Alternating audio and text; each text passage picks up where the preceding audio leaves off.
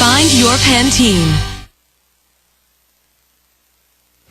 From startling new figures on dementia to a controversial new treatment for multiple sclerosis, it's been a groundbreaking 12 months in the medical world.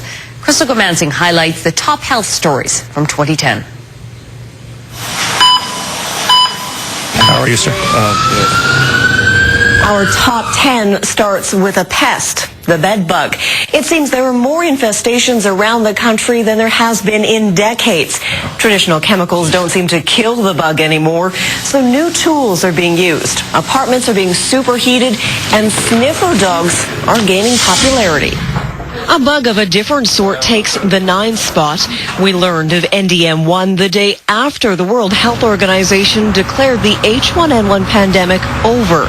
As after they're first identified, we will begin to see them more and more frequently. NDM1 was called a worldwide health problem because of its resistance to antibiotics.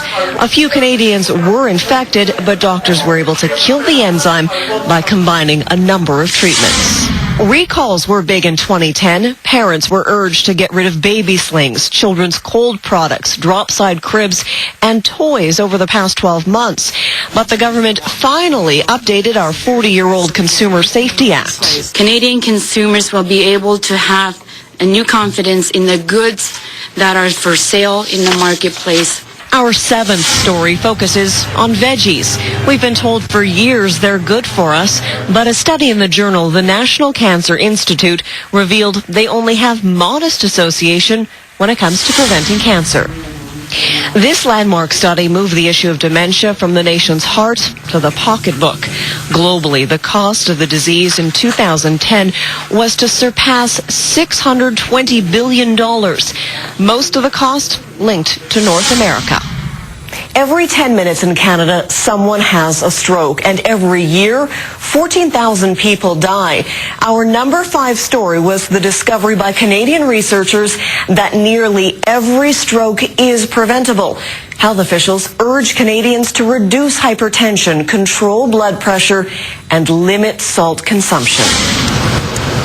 The buzz about energy drinks takes our 4th position. We don't believe, and I don't believe Health Canada does, believe that these things are safe. These caffeinated drinks were targeted by doctors, saying they cross the line from beverage to drug. If you have Wi-Fi in there, I can't do this to my daughter. I cannot put her through this experiment. Parental concerns over radiation emitted from wireless internet signals in school came to a head in 2010.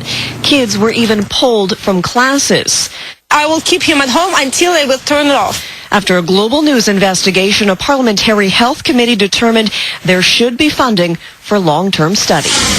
The 2010 Active Kids Report takes our 2nd place spot. It found 1 in 5 preschoolers were either obese or overweight. Experts all but pleaded for parents to wake up and get their kids moving. Every month you wait, that's people who are going to be in wheelchairs, that's people who are going to go blind, and it's people who are going to die. There is an overwhelming lack of scientific evidence on the safety and efficacy of the procedure. Our top health story, the so-called liberation treatment for multiple sclerosis.